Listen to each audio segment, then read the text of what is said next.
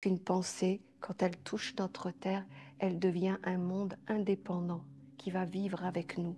Comment ce monde subtil va-t-il grandir et évoluer avec vous? Avec les pensées qui vont alimenter ces mondes-là. Et si c'est des pensées négatives, alors vous donnez de la même manière de la nourriture à des choses que vous ne voulez plus.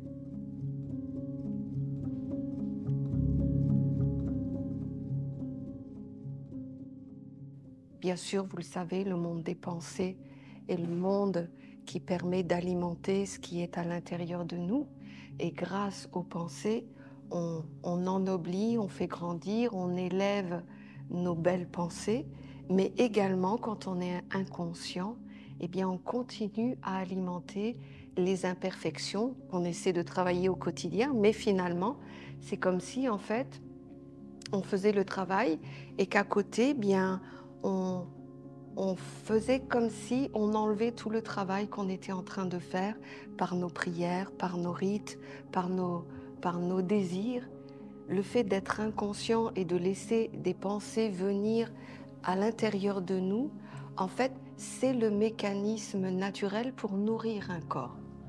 Et c'est ça que j'ai compris, en fait, dans ce que l'archange a voulu transmettre, c'est qu'il nous fait bien comprendre que on doit faire des choses qui correspondent à chacun des mondes qui sont en nous.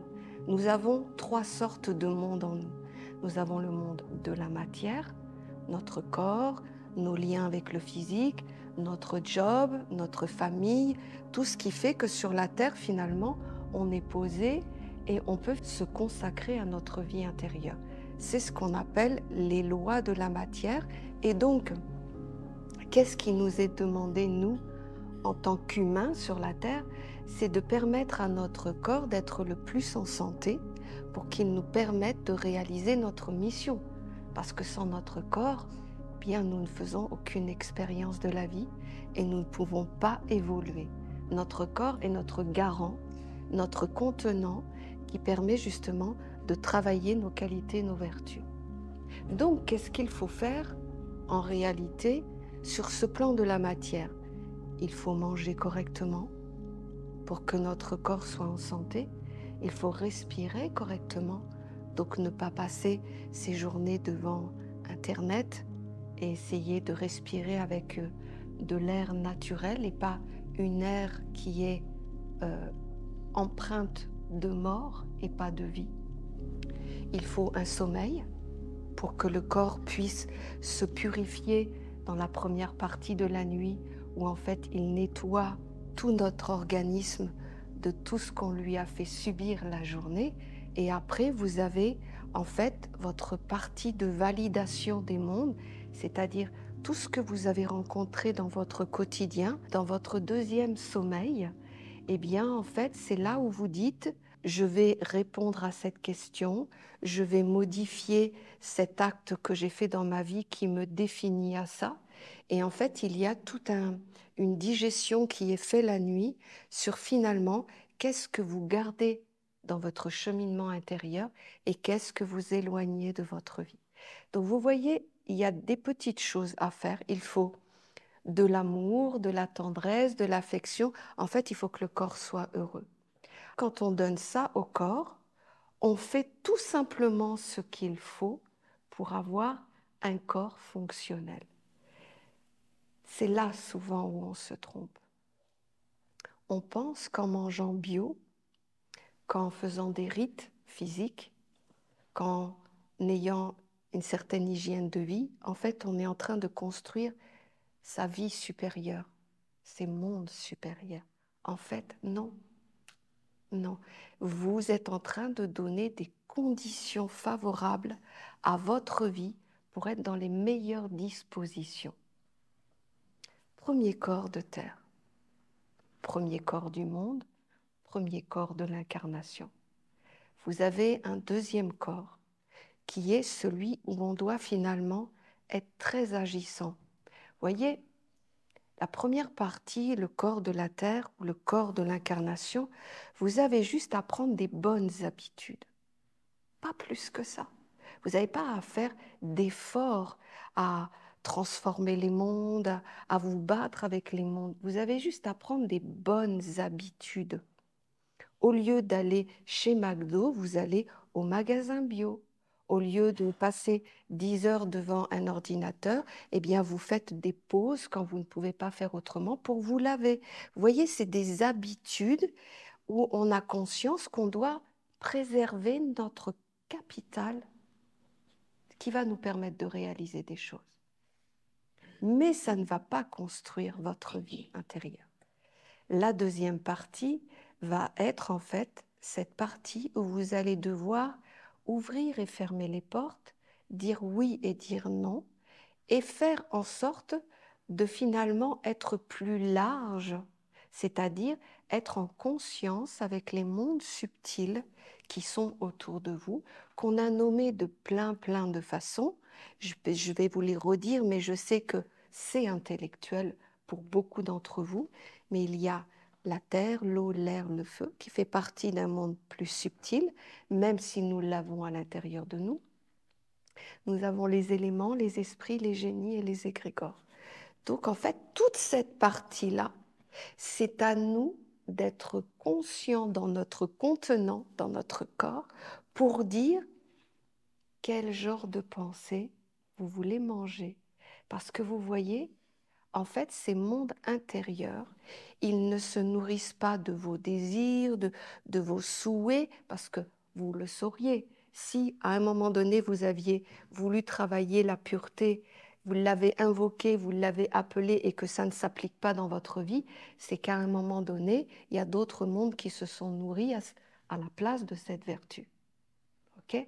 C'est une évidence, parce que vous avez beau le demander, le souhaiter, l'appeler, si en fait vous ne construisez pas le corps à l'intérieur de vous, alors vous n'aurez jamais de quoi le porter, le rayonner et l'incarner. Ok? Donc en réalité, tu vois tes pensées, c'est une porte ouverte vers ton corps et un monde subtil. Et en fonction de ce que tu amènes comme nourriture, eh bien, tu donnes réalité, vie, grandeur, expression et incarnation des mondes qui sont à l'intérieur de toi. Et quand tu comprends ça, tu te dis, mais en fait, c'est pas si compliqué que ça. Il suffit juste d'arrêter d'être passif et de se dire, c'est pas grave si je regarde une personne et que je la déteste, que j'ai de la colère, que j'ai de la haine, que je critique. Vous voyez, on pense que ça n'a pas de conséquences.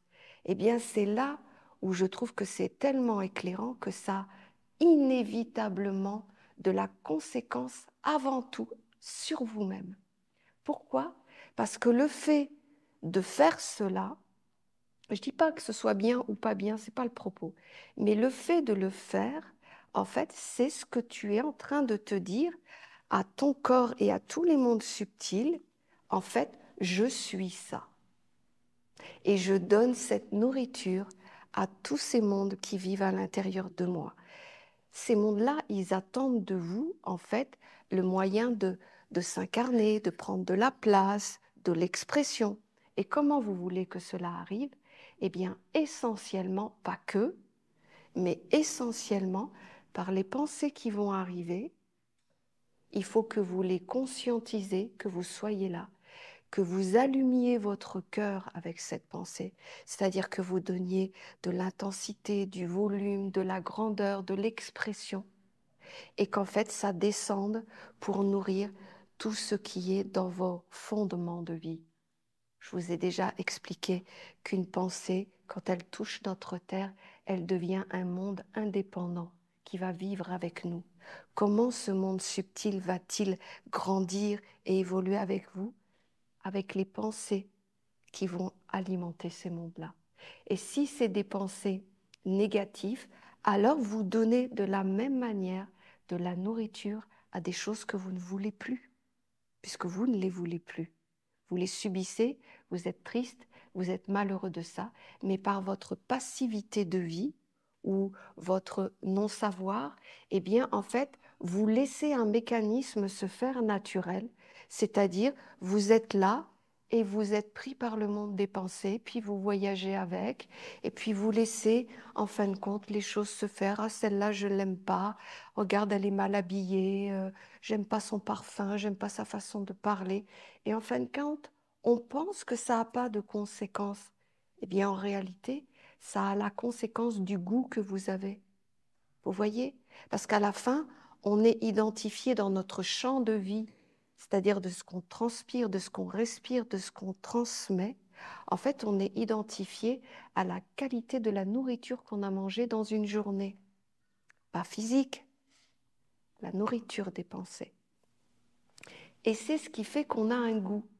On est désagréable ou on est agréable, ou on est un goût incertain, on ne sait pas ce qu'on veut, on ne sait pas ce qu'on est. Vous voyez? En fait, il y a une notion de goût qui fait qu'en fait, on est rassocié à des mondes liés à ce goût-là.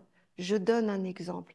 Par exemple, on a tous des défauts importants dans notre vie dont on a envie, bien sûr, de l'enlever, Par exemple, on peut être dans la jalousie, ce qui est un défaut qui nous pourrit la vie.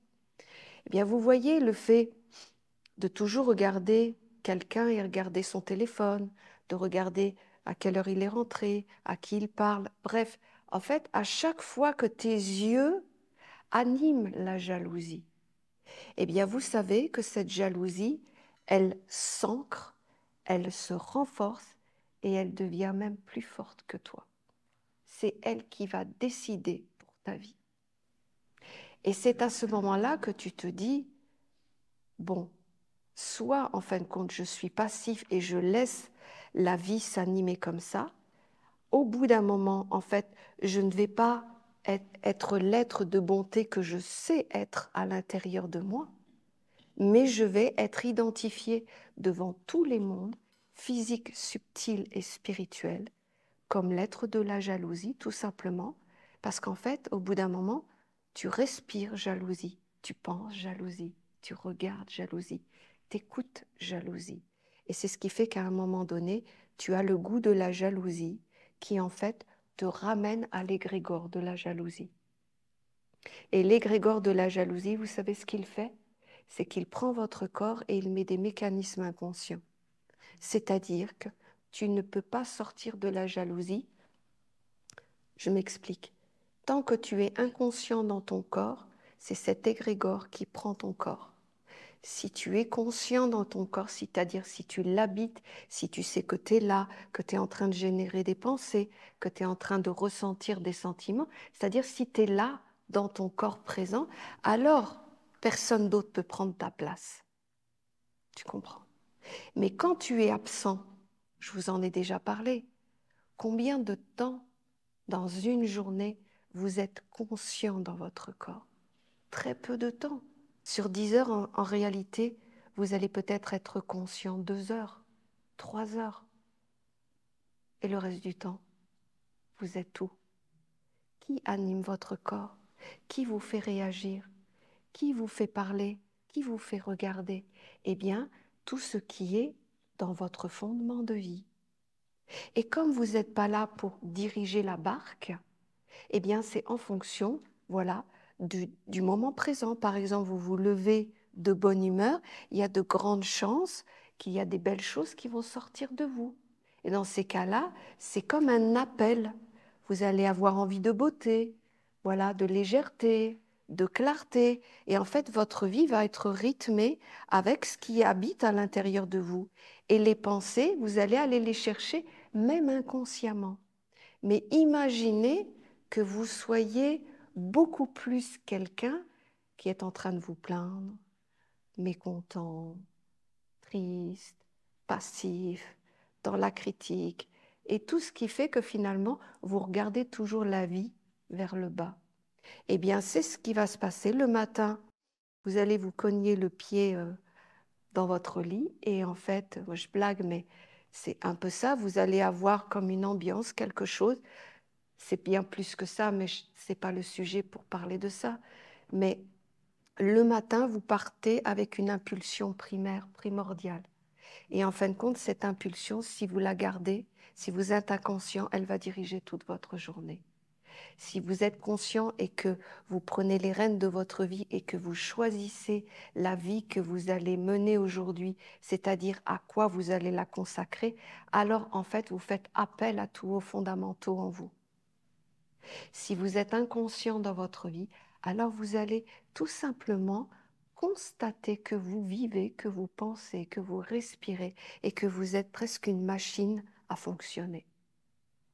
Bien sûr, avec un côté sentiment, avec les pensées, mais dans le fond, vous constatez que vous êtes en train de ruminer sur telle personne, que vous êtes en train de penser à des choses négatives dans tel monde, que vous êtes en train de vous dévaloriser, de vous sous-estimer, de regarder vos défauts.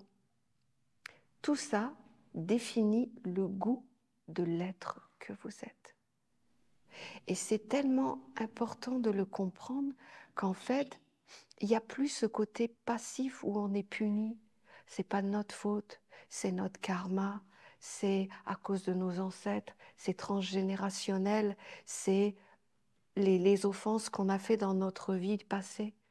Non, bien sûr qu'il y a ça, mais pas fatalement comme on le dit. Il y a nous qui avons ce corps. On l'a pris pour ce voyage de cette vie. Donc, vous voyez, sur la terre, faites ce que vous avez à faire. Faites en sorte qu'il soit préservé, qu'il soit dans des meilleures conditions et il sera votre allié jusqu'à la fin. OK? Deuxièmement, travaillez avec votre subtilité puisque vous savez que tout ce qui touche le corps existe et se construit avant dans le subtil. Et donc, le subtil, c'est énormément lié à votre inconscient, c'est-à-dire tout ce qui se met en mouvement par habitude et par affinité et surtout par rapport à ce qui est à l'intérieur de vous. Et comment vous pouvez contrôler et maîtriser ces deux choses-là? Deux trucs, deux choses essentielles. Le matin, quand tu te lèves, tu consacres ta vie à qui? À un monde supérieur? Alors dis-le. À une qualité? Alors dis-le.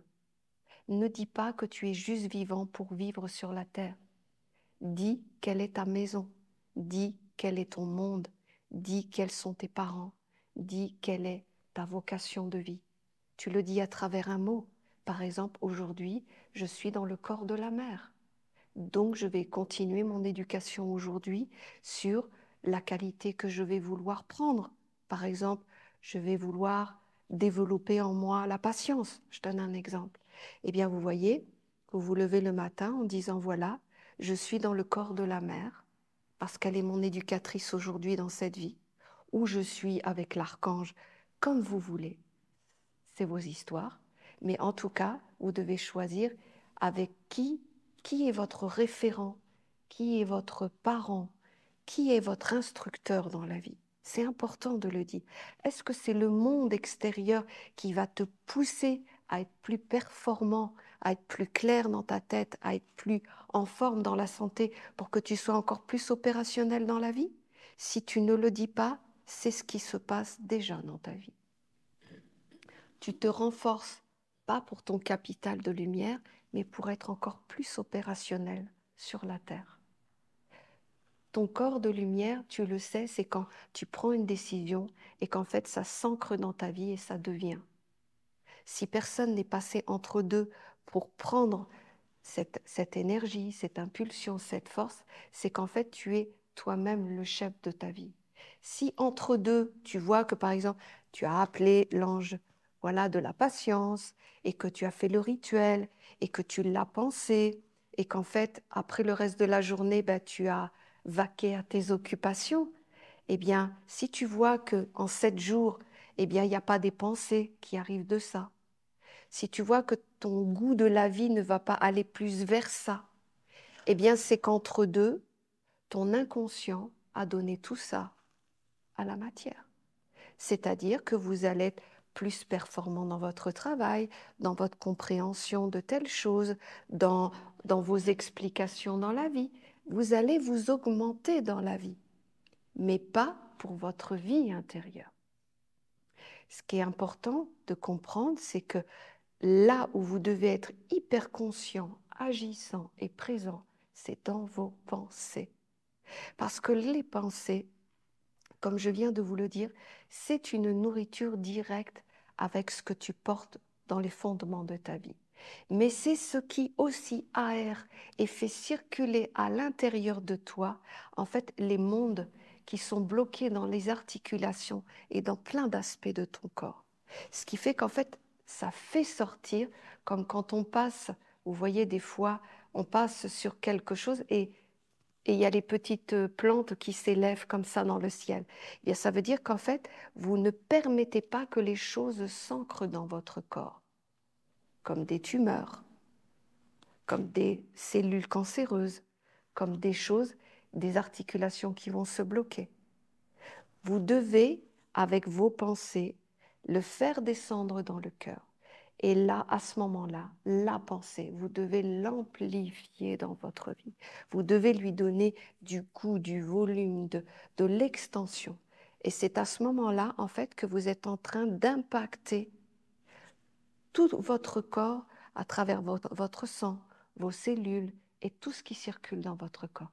Pourquoi? Parce que la vibration du cœur est la vibration de la lumière dans notre corps.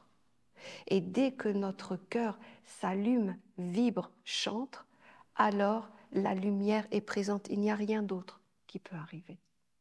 Aucune même pensée n'est capable d'arrêter ça. Sauf quand on est passif ou sauf quand le cœur, il est abîmé. C'est une autre histoire, mais je vous invite dans l'école d'Isis à travailler ça. Petite publicité en même temps. C'en est une, mais c'en est pas une. Parce qu'en réalité, je vois que je parle de ça là tout de suite, parce que justement, c'est ce que nous sommes en train d'étudier en ce moment, vraiment, où justement notre cœur a tellement été mis en exposition aux lois de la vie matérielle qu'il fait que le cœur s'est retrouvé face à des situations qu'il n'était pas en mesure de gérer, parce qu'en fait, le cœur, c'est pas celui qui sépare les mondes. Vous voyez, c'est bien, c'est mal. Le cœur, lui, il est là pour mettre dans l'expansion et pour conduire ça dans la grandeur. Et vous voyez, dans notre vie inconsciente, et c'est de la faute de personne parce qu'on n'a pas été éduqué, en fait, on a été mis devant des situations où notre cœur n'avait pas de réponse à ça. Mais on a obligé le cœur à le prendre, on l'a forcé presque à vivre et à battre pour une situation qui fait qu'après, eh bien, en fait, c'est revenu comme une souffrance à l'intérieur de nous et il s'est fermé et il a dit, j'ai pas confiance en toi, tu me mets dans des situations où en fait, je souffre et je suis obligée de me fermer parce que, voilà, tu n'as pas su par ta tête évaluer des situations, tu as été un peu dans l'inconscience de la vie, mais par contre, ce qui s'est passé, c'est que toi, tu m'as mis, voilà, dans des situations où aujourd'hui, eh bien, c'était quelque chose d'insensé, d'irraisonné, qui n'appartenait pas à ta vie. Et en fait, ton cœur, à un moment donné, n'a plus confiance en toi. Et il s'est fermé. À certains degrés, il s'est fermé.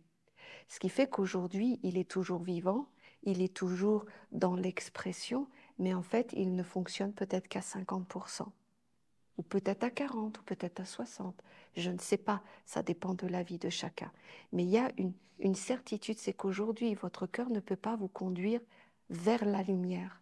Il va vous conduire vers une extension dans la grandeur. Il va passer les corps d'eau, les corps d'air et les corps de feu. Il va être capable de le faire parce que vous le faites déjà naturellement à petite dose. Mais il ne va pas pouvoir vous conduire vers l'extase, vers la grandeur, vers l'émerveillement si vous ne le libérez pas de ce lien avec quelque chose qui l'a bloqué, où il a bloqué une mémoire et une souffrance dans la vie. Le cœur est rassocié à ça. Et à chaque fois que vous abordez le sujet, lui, il vit le moment, la mémoire qui a impacté le cœur. Et c'est ce qui fait que le cœur, aujourd'hui, il a préféré arrêter de fonctionner plutôt que de raviver à chaque fois cette blessure qui vous a amené à avoir des comportements défensifs de la vie. Quoi qu'il en soit, vous savez comment vous fonctionnez. On est tous dans la même école, on a tous vécu ça. On sait très bien que on est handicapé du cœur à un certain moment.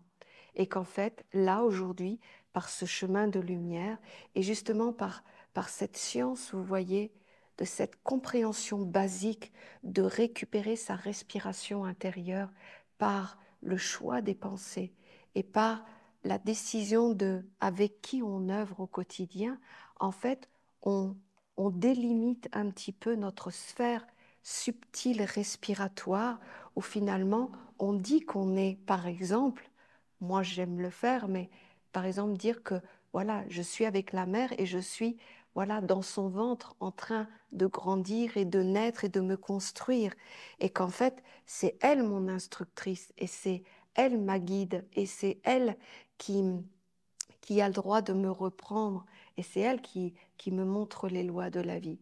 Mais si je ne le dis pas, qui ne dit mot consent? Vous voyez? C'est-à-dire, comme je l'ai dit tout à l'heure, si la nuit vous ramenez quelque chose de négatif avec vous au réveil, ça va être présent là en vous disant, il se passe ça, qu'est-ce que tu fais? Mais souvent, on n'écoute pas, on sent que on a mal dormi, vous voyez? Pas bien, on a mal au dos. Il y a plein de choses qui vont pas. En fait, c'est que il y a des racines, des mondes à l'intérieur de vous, en fait, qui sont présentes, omniprésentes et qu'elles donnent déjà leur goût dès le réveil. Et que si vous êtes inconscient, tout ce que vous allez faire dans votre journée va raviver cette chose-là. Et c'est ce qui fait que vous allez écrire votre vie inconsciemment. Mais sachez que vous l'écrivez quand même, pour de vrai. Ça ne se fait pas. Chaque journée que nous faisons, que nous réalisons et que nous vivons, en fait, c'est toujours la dernière note que nous laissons à notre vie. C'est-à-dire que comment aujourd'hui tu as géré, par exemple, la colère, eh bien, la façon dont tu vas l'avoir gérée va impacter finalement la suite de l'histoire. Si c'est positif, alors tu te retrouveras dans des situations beaucoup plus favorables pour confirmer ton positif. Si tu n'as pas su le gérer et que tu as été dans le négatif, voire même que tu t'es puni, en fait, tu te retrouveras dans les mêmes situations, pas avec les mêmes personnes. Et si tu confirmes, alors tu es en train de créer un blocage dans ta vie, quelque chose qui va s'installer avec le temps.